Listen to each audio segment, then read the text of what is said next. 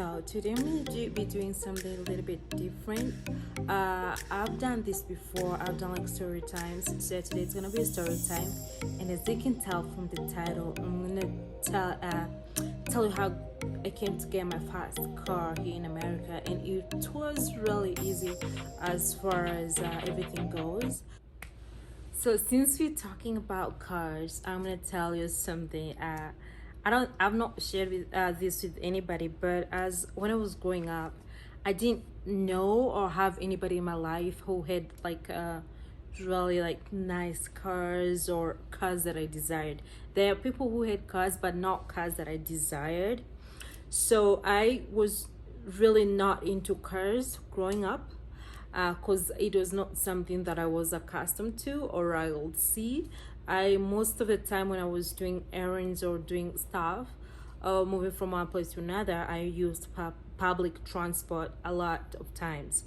So I remember I went to high school, a really nice high school, and most of my favorite teachers had really nice cars.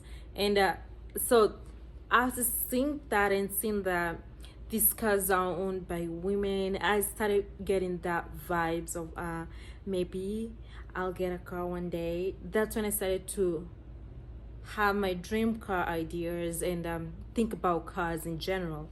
So I remember I'll go home and I'll sit with my dad and I'll be asking him all these questions about cars, and we'll talk so many things. But prior to that, every time he mentioned anything to do about like anything to do with cars, I'll be like, okay.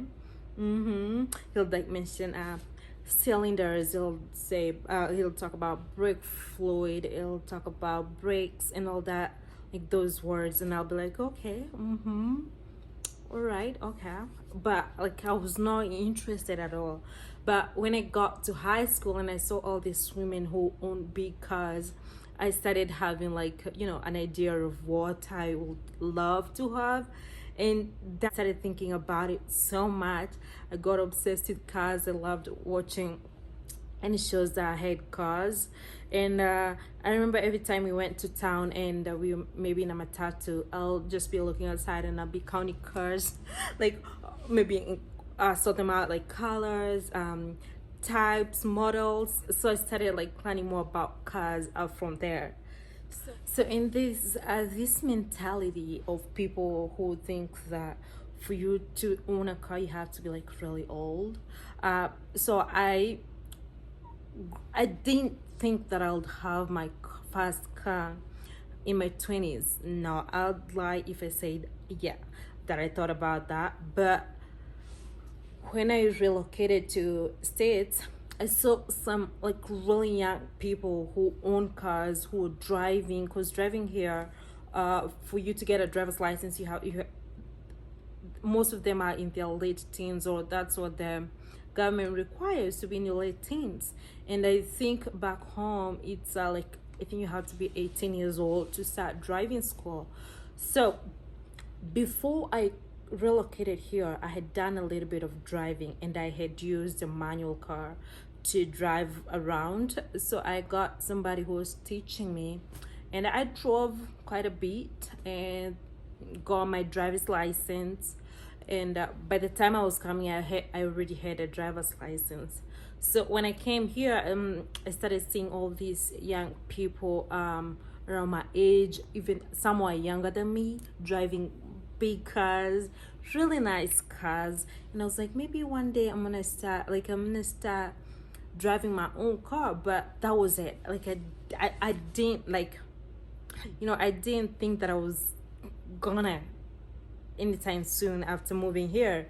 So I just started looking into cars and blah blah. So the day that I was like, I'm done, I need to start driving, I got a hold of driving school, and the driving schools were so expensive, like so crazy expensive. They'll say like a few hours you pay like $100. I was like, no, that doesn't make sense. And I had a few friends, but most of my few friends didn't have cars, and the other group was a group that was scared to teach. And for here, in this country, for you to teach somebody how to drive, your license must be 5 years old. So you just don't teach anybody, because if a cop gets you teaching somebody to drive with your new license, that would not be good for you. It will be so bad. So most of my friends had like newer licenses, and those who had were not like confident enough to teach me. So I didn't. So at this point, so I was in a point where I was like, okay, I can't afford to get an instructor, because it's so expensive, so expensive, and I don't have anybody who's gonna use their car to teach me how to drive. So I was all by myself. I was like, oh my gosh, I don't know what to do or how I'm supposed to go about this, but one way or another I need a car for like just movement. And if anybody knows this, Washington is one state that it can rain like throughout a week, like from morning to night, just raining. It's so crazy. So sometimes movement is limited with that, and if you're using like Uber and it's raining, it gets really expensive.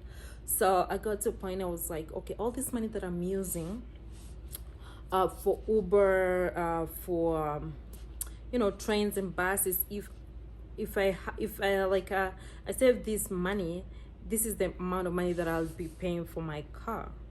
If I got a car, like a loan car, I'll be paying this much more, because you do the maths, and I was paying like 300. I was paying 300 on transport alone. So I was like, okay, maybe I need to get a car, but I don't know how to start or where to go. So what I did was I went to the bank, and one thing that I did know for sure is for you to get a car or a loan from a bank, you need to have a good credit score, like a good credit score. So all this time that I was here, I was not building my credit, and I didn't know, and nobody told me about this. And this is something that I wish somebody told me that immediately I moved here. Nobody told me about like starting to build credit, my credit score. So I was like at zero. I didn't have anything. I didn't bill into the bank. So here's what happened. Most of the people that I asked about credit cards, they told me not to do it. It was gonna ruin me. It's gonna mess me up. And I was like, okay, everybody's telling me that this is gonna mess me up. It's gonna screw me over. But I need good credit, and I don't know how else I can start building my credit if I don't get a credit card. So what I did, and I've learned this the hard way. If you want something, and I'll tell you guys, if you want something, go to the right people. So I went to the bank. I took myself to the bank, and I got a really nice lady who was really helpful.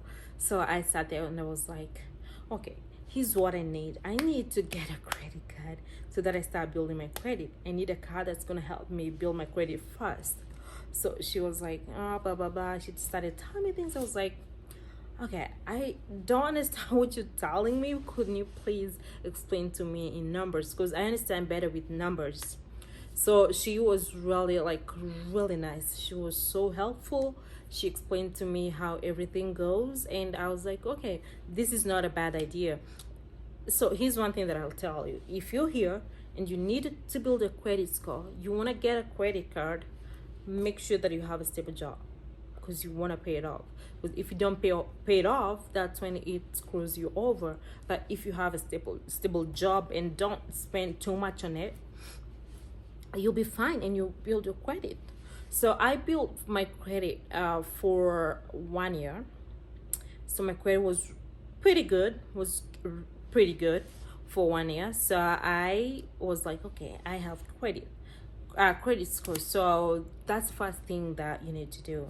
I built my credit score, and got to a point that I was like so confident about it, and I was like, okay, this is one thing done, accomplished.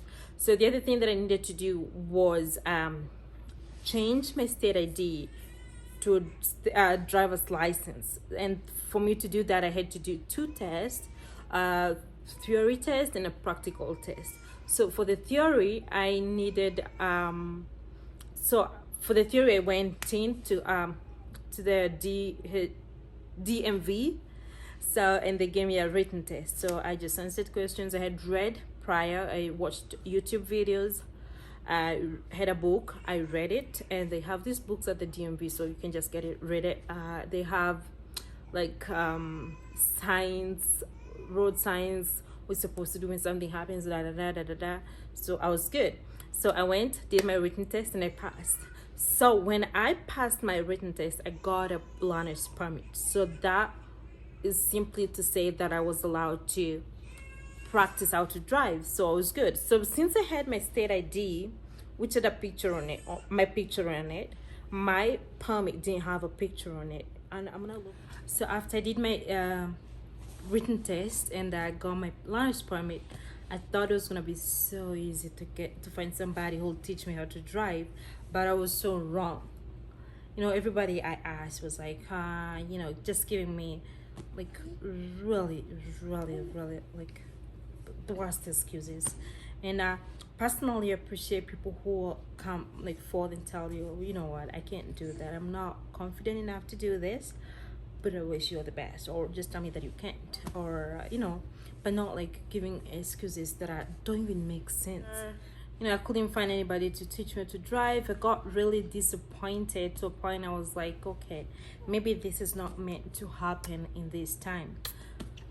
So I was like, okay, this is it. I'm done. I'm not gonna try anymore. So I was like, oh, I don't know. It's gonna happen when it happens. I'm not gonna push anybody. I'm just gonna let things take their course. So one day I took a train to go to work. So I was living quite far from work at that particular time. I had to take a train and then a bus to go to work. So on my way halfway to work, it started raining, and by the time I was getting to work, it was pouring. So when I got to work, I was like soaking wet. I was so like I got rained on really bad, and I didn't have an umbrella because if anybody knows, Washington is so weird. It just rains when you least expect it. It's so funny. So after that, I was like, oh my gosh, I'm not gonna do this anymore. I'm not gonna call anybody. I'm not gonna ask anybody for help. I'm just gonna do this on my own. So I checked on my phone. So prior to to that specific day, I had started checking on dealerships that are close to where I was at that particular time, and I got some few. So I was like, okay, so I have an idea of what type of a car I want. I don't want a small car. If anybody knows me, I really don't like small cars. I don't like them at all. So I was like, okay, maybe I can get Toyota RAV4. I can get just some, an SUV. That's what I was going for, and I was so happy on my like car shopping. It is so fun. It's so mind-blowing. You get these really cool deals. You get really nice cars. So it was so amazing. And checking, talking to people, calling dealerships. So it was so fun. So back to that specific day where I got rained on. I had a dealership that was close to work. So I had a really nice boss, and my coworker at that time was really nice. She would cover for me. So I was like, okay, I told her, you know what, I'm gonna do this today. So my coworker was really cool. Like she was so cool, and I thank God for her. No, I woke up in the morning, did everything that I was supposed to do, and I called the dealer people, and I told them that I wanted to come in and see what they have, what type of cars they had, because I wanted to get a car. So I talked to a really nice guy, and he was like, okay, you can come at this time and I'll see you, and my name is blah blah blah. So yes, that's what I did. I took an Uber from work to the dealer. It was like 10 minutes drive. So I went there, and they were really nice. We talked, and it's so funny, like I thought getting a car was gonna be like a really long process. And mind you, I didn't have a driver's license. I had my learner's permit and my state ID. And if I'm not wrong, for you to get a car, you need a driver's license, but I didn't have it. But I was like, okay, I'm doing this one or another. And I just remember um, when I was in the Uber, I was just praying. And it is a prayer that I make every time that I'm going somewhere. Is no, I just tell God to go before me and level down the mountains for me, talk on my behalf before I get there, talk to that somebody and just intervene in whatever that I'm gonna do. So that was my prayer. Like I kept praying that in the car. So we got there. The guy was really nice, and he was like, "Okay, this is what we're gonna do. Give me your ID, anything that has a picture of you. Give me your social security. I'm gonna check your credit score and see what how much you can get approved for." I was like, "Oh, okay. You're not asking me if I know how to drive." I was like, "Oh, okay, dang. I'm gonna do this. We're doing this."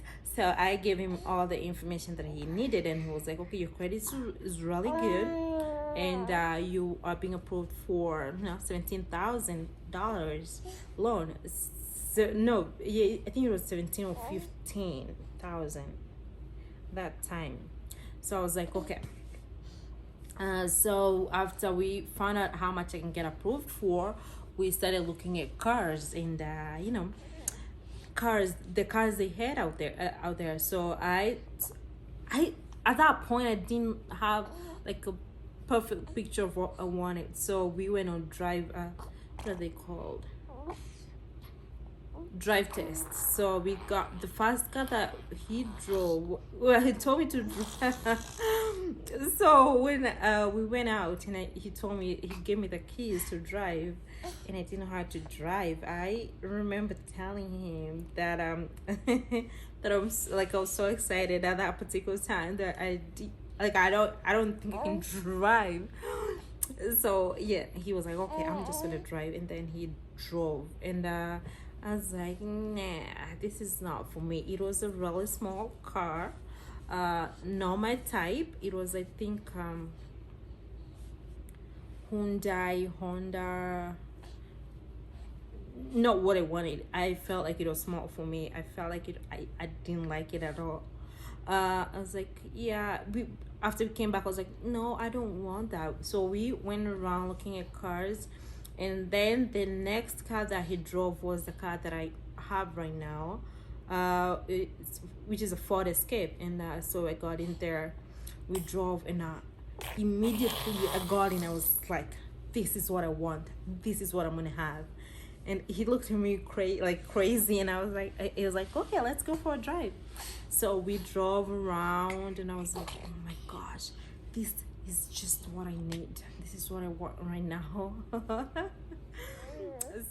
So after like I had settled for the car that I wanted, the guy mentioned that I can take the car the same day, and I got scared. I was like, how am I supposed to get this car? Like, how am I supposed to drive it to where I'm supposed to go?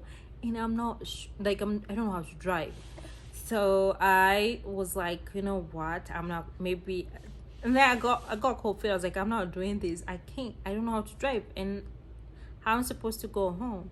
So I just told him that I didn't have the down payment, but I was getting paid the following day, so I'll come and get the car. The process was that simple. So I went back to work, and I told I was just talking with my friend, and I told her what they had told me, that I can take the car. I was like, and I got scared. So when I was at work, I remembered that there was a lady that I had met who was a friend of mine, and we really clicked. So I thought that I'll call her to come get the car for me from the dealer, because I couldn't drive. So we said to do that. The lady was so it's so funny, like how God brings people in your life for maybe a shorter period of time, but they leave a really huge impact in your life. It's like it's a connection that's meant to be. Was I called her, or no, as I was talking to her, I was like, you know what, can you do me a favor? Like, I got a car, but I don't know how to drive, and I need to get it from the dealer. to my workplace and I don't know how to drive.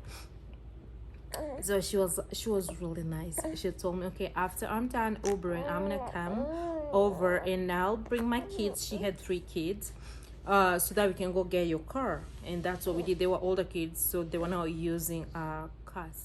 She drove to where I was. We So after she came to where I was, we took an Uber, all of us and her kids, to where the dealer was, and it wasn't that far from where she came to pick me up. So we got there, and I had my down payment. I paid like if I'm not, I don't know, $2,000 or $3,000 together. So we got to the dealer, and I was sending all these documents to so that I could take the car. I got insurance for 6 months. This time like in my head, I'm like, oh gosh, I have a car. Oh gosh, I don't know how to drive. Oh gosh, I need a driver's license and all that. Oh gosh, oh gosh, oh gosh. So the lady was really nice. So she drove us back. Oh no, I got the car. So now we got in the car and we drove to where her car was, which was my workplace, and we just parked it there, and she left. So my friend was really happy for me. So she came out, and we prayed for the car. It was a very, like, I can't explain how I felt, like, that moment where you like always dreaming to have something, and then you're like, boom, it's right here in front of me. I don't know what to do. I was in that, like, I was so, I don't know, I can't put into words what I felt that day, but I felt amazing. So after that, now the lady left, and I have my car, no driver's license, and I have a car. So I was like, okay, this is it. I have a car. I have to learn how to drive. I don't care how, I don't know how, but I have to know how to drive. And it was so amazing. So after that, I remember that night I went to bed and I slept. In the morning when I woke up, the first thing that I did was go see if the car was still there, because I thought I was dreaming. Like, okay. So the car that I got was a Ford Escape, 2016 Ford Escape, and I got the car in 2018, towards the end of 2018, 2019. So it was not an old car. It was like a 2-year-old car. So it was perfect, and I was the second person to own it, to have it.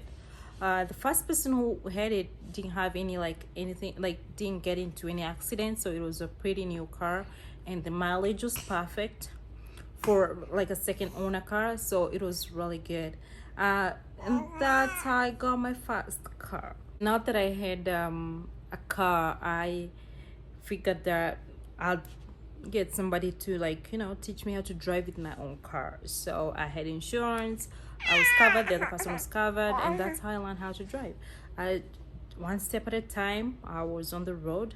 But the first month or two, what I did, on my Google Maps, I deactivated or removed all the highways. So I was just going on like smaller roads to get to where I wanted to. It just took me longer, but it got me from one point to the next, or where I wanted to go. And then after that, I met another lady. I was going to school at that time. I met another lady who was really nice. She had a really beautiful, gorgeous car. And so we were just talking about cars, and I told her that I don't go on the highways because I'm so scared, and everybody's driving at like 60, 65, 70 miles an hour. And I was so scared. So she was really nice. She told me to just get in my car and follow her on the highway, and that's what I did. And only one day, like on the road, on the highway, and it got real. So that's how I got my first car. That's how I learned how to drive. And but he's something that I need to tell you guys. When I was driving, while I had my learner's permit, I made sure that there was somebody in the car who had a driver's license that was old, that was 5 years and old, like over 5 years old, a license, so that in case we were stopped by cops, I had somebody who, because I was still learning, and I needed somebody who had a license that was a little bit mature. And then after that I did my practical test. That was before I got into highway, and passed and got my license. But before I end this video, I'm just gonna say this. Maybe somebody needs to hear this now. It doesn't matter how high you think your dreams are or what you want to achieve. All matters is you have the motivation to do it, and you put God first in whatever you're doing. And the other thing is, don't share your dreams with everybody, because not everybody is gonna be happy for you. Not everybody wants you to succeed. There are people who out there who drink killers. You tell them something and they show you how impossible it is for you to get what you want, and they'll give you all these things that they just bring up stuff to show you how much you cannot achieve what you want. So long as you got what it takes, you got the motivation, you have the desire, Skylene, you have the desire to get it, go ahead, go get it. It doesn't matter how high it is. Just be confident. If you're walking into an office, you're looking for a job, just show them how confident you were when you're asking for the job. If you done something, go ahead and ask. If for example, like if you're in a foreign country, and sometimes it's so hard to comprehend some of the things you're told when you're in a foreign country. So personally, I go to an office, like if I'm just asking for about anything that I'm not sure about, I'll ask, and I'll ask for somebody to explain it to me. If I still don't understand, I'll be like, you know what, please do explain it to me, like the same way you would explain to fifth grade or something. The moral of the story is you can do whatever you think you want to do. Just be positive, be confident. Even if you don't have money and you're going to like check something out, or because you're going to check it out, you don't have money, you walk like you're there to get it, even if you're not getting it. Be confident. Put God first, and everything's gonna go perfectly well. So with that being said, I'm just gonna go ahead and bring this video to an end. I don't know if that makes sense, but brings us to the end of this video, and I will see you guys on the next video. I'll see you on the next video. Bye.